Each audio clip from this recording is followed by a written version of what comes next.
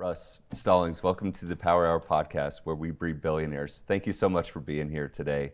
I'm very excited to have you guys with us today because I'm very passionate about what you guys are doing. You guys put up addiction centers all across the country, and you guys really focus on helping people. And you know, in a time of today where, you know, us living in Colorado, we see this crazy amount of homeless all across our city. And you know, it's even starting to spill out from the downtown area into other parts of this city. And you know, and what are these people? You know, it's not that they're bad people. It's they just might have some mental health issues, just might have gotten in a really tough spot. Some choose to be there, you know, that may be the case, you know, but not everybody, if they could get out of that, they would, you know, and what you guys are doing, just stepping in and focusing on trying to help people, I really appreciate it. So why don't you give us just a little background on who you guys are, what you guys do, and then we'll kind of dance from there a little bit. Sounds good, yeah. And again, really appreciate having me on to talk about that. Thank you. We own, my business partner and I are the principal owners, initial investors of medical detox facilities, and I'll come back to that a bit, but in the addiction treatment space called Gallus Detox Centers. And Gallus name is from Dr. Gallus, who was the emergency room physician who started the original clinic in Arizona back about 12 or 13 years ago. We got to know Dr. Gallus, my business partner, had a family member who had an addiction issue, became very serious, had a very hard time finding care for her, mainly because sort of the addiction treatment space is rife with a lot of well-meaning people, but sometimes it's difficult to figure out exactly sort of what they do and how they can help. So the short of that is that probably about 5 or 6 years ago, Dr. Gallus saved this individual's life. After going through it, we started talking to him about how we might try and expand the business. And so we partnered with him in 2019. He remains a minority investor, but since then we've opened 4 additional clinics. I was mentioning earlier, it's addiction touches everyone. I mean, again, the statistics are out there.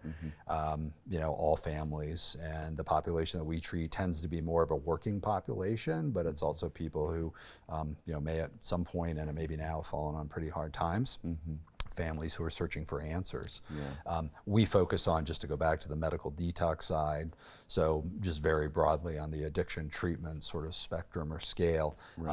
There are several pathways, but sort of been demonstrated that for people to have the best chance of recovery, they need to be taken physically off of whatever substances that they're on. So that's sort of the medical detox. We're really a medical clinical practice.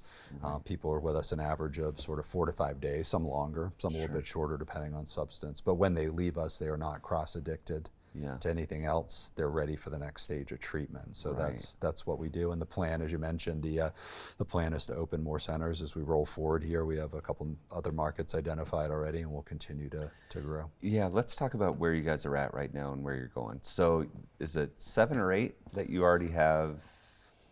Five operating, 2 more almost done. Expansion to 10. Yeah, that's right. That's pretty close. Yeah, that's almost exactly right. So we have 4 operating right now, with the 5th that's being reconfigured. So 5 that are built out. We have a 6th that's nearly built out. So the 5, just to mention locations, we have the original, which is in Scottsdale, Arizona. We're here in Denver and Littleton, the Denver market, North Las Vegas, Dallas market, San Antonio. We'll be opening in Houston very soon. That clinic is being finished. And then we have another 2 or 3 markets identified and in process beyond that. And then the 10 number is about right, sort of in the near term. Well, and you know, I mean, is there a vision to go bigger than 10? Or, you know, I mean, because 10 is a lot. I mean, 1 facility is a lot when you're dealing with that, you know, and it takes, honestly, angels to come in and really support these types of people. I mean, addiction is not something easy to pull somebody away from, you know, so I mean, the more capacity, you know, I mean, it gets tougher to manage, you know, and and measure and manage all that, but do you guys plan to go bigger than 10 or? We do. We've thought about, I mean, when we initially had looked at the business and looked at some of the metrics around it, we thought that the country could support probably potentially 50 of these. The thing about ours is they are smaller facilities, private facilities, and so the clinics we have now are 6-bed, 7-bed clinics. Will be going slightly bigger, sort of 10 or 12 bed, but not a lot bigger than that. So they are smaller. So in terms of serving a market there, but we had thought 50 to support. We thought that for what we would be able to do and accomplish, probably 15, sort of maybe a third of that would be the right number in terms of then transitioning to the next stage after that. But 15 was sort of the line of sight for the next few years there. And which is a lofty goal, but I mean you're helping people out. Is there statistics around? I'm sure you guys probably look at stats around people, going in and out of these things and people that need help that aren't getting help. I mean, do you have any color in some of that area that like people should be aware of or may find really interesting? Yeah, I think one of the more interesting, I think, at least from our perspective, is, I mean, first of all, again, as we talked about, it touches people from all backgrounds. It doesn't matter if you're, back to the billionaires. It doesn't matter if you come from a billionaire family or not. It touches everyone. So I think that's one which may be a surprise to some people. I think the other is that in terms of what we do and what we've seen, and the reason why we're, I think, a little bit unique is, for somebody to take the first step, to go through the detox process. I mean, really the barrier for treatment for a lot of people. I mean, a lot of people are doing what they're doing not necessarily to get the high anymore because they're afraid of what will happen if they stop. And what they're afraid of is that detox element. And what they're familiar with is detox in other places, whether it's hospitals or potentially other settings where there's actually what's called precipitated withdrawal. They actually feel the symptoms of going through detox, which is something we don't do. And we think how that manifests itself from a stats perspective is we have about a 90% treatment completion rate, and then of that 90% that complete their treatment with us, about 90% of that population goes on to the next step. So about 80% of the people who come in go on. Those numbers in other settings can be as low as 20%. I mean, so I mean, that's incredible.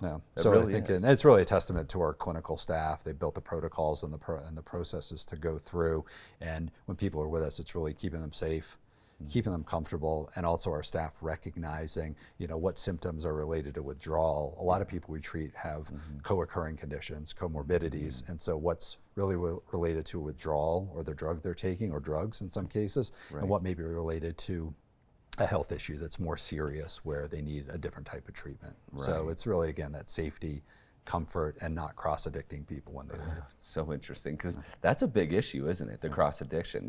You pull them off one, get them on another.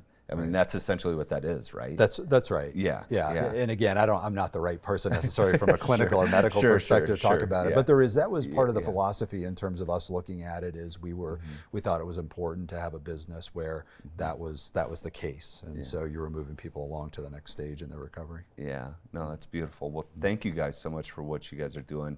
We're coming up on the end of our time here, but is there anything else that you would just like to put out there? I mean, if anybody is dealing with addiction and struggle of any sorts, please reach out. There's great people here to support and love and take care of whatever issues that you may be facing. Is there anything else that you'd like to maybe kind of put out there just if it's appropriate? I don't remember if it's appropriate for a commercial, or you may have it. It's www.gallus, GALLUS.detox.com. Please, yes, all of it, all social medias, whatever it is. You can find us there. A fair amount of information. We publish a lot of content, and we have locations, like I said, in the Denver market, in Scottsdale, San Antonio, Dallas, and North Las Vegas, with more to open soon. So and we'll post your guys' stuff on all of our stuff as well, so you guys will have links to any of that. So thank you so much for being here. We appreciate it. Keep doing the great work you guys are doing, and we'll look forward to your continued success and helping people. So thanks very much. Thanks so much. Appreciate it.